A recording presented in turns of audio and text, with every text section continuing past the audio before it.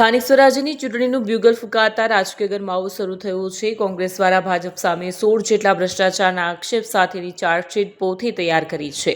આગામી સ્થાનિક સ્વરાજ્યની ચૂંટણીમાં ચાર્જશીટ પોથી લઈ કોંગ્રેસ લોકો વચ્ચે જશે। ભાજપ દ્વારા વિકાસના નામે અનેકવાર ભ્રષ્ટાચાર કર્યાના કોંગ્રેસ નેતા અને ધારાસભ્ય અનંત પટેલના આરોપ છે।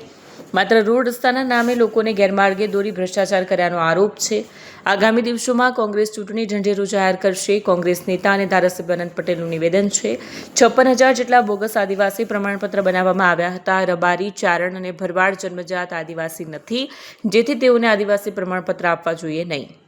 સુરતની સુરત બગાડનાર આ ભાજપના પાપ માટેની આજે પ્રેસ વાર્તા રાખી છે। એમાં ઉપસ્થિત સુરત શહેરના પ્રમુખ મારા મિત્ર એવા વિપુલભાઈ અને પૂર્વ વિરોધ પક્ષના નેતા એવા પ્રફુલભાઈ, આજે ખરેખર સુરતમાં આટલા વર્ષોથી જેમણે ભાજપની સરકારે અને ભાજપની મહાનગરપાલિકાએ જે રીતના ભ્રષ્ટાચારો કર્યા છે, કચરાની બાબતમાં હોય, એ કોઈપણ ગંદા પાણીની બાબતમાં હોય કે કોઈપણ શિક્ષણના મુદ્દે હોય, ટીપી સ્કીમના મુદ્દે હોય, દરેક મુદ્દે ભાજપે સુરતના લોકોની સાથે રહીને એમની સાથે ભ્રષ્ટાચાર કર્યો છે અને લોકોને ગુમરાહ કર્યા છે।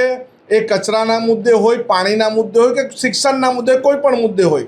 અને આજે અમે એ ચાર્જશીટ, ભાજપના પાપની ચાર્જશીટ આજે અમે તૈયાર કરી છે અને અમે આવનારી ચૂંટણી આ ભાજપની ચાર્જશીટ મુદ્દે કરીશું અને અહીંના લોકોનો ભરોસો અમે આ મુદ્દે જીતવાના છે। આવનારા સમયમાં મહાનગરપાલિકાની જે ચૂંટણી આવે એમાં અમે ફૂલ જુસ્સા અને જોશથી લોકો અને પ્રજા સમક્ષ જઈશું।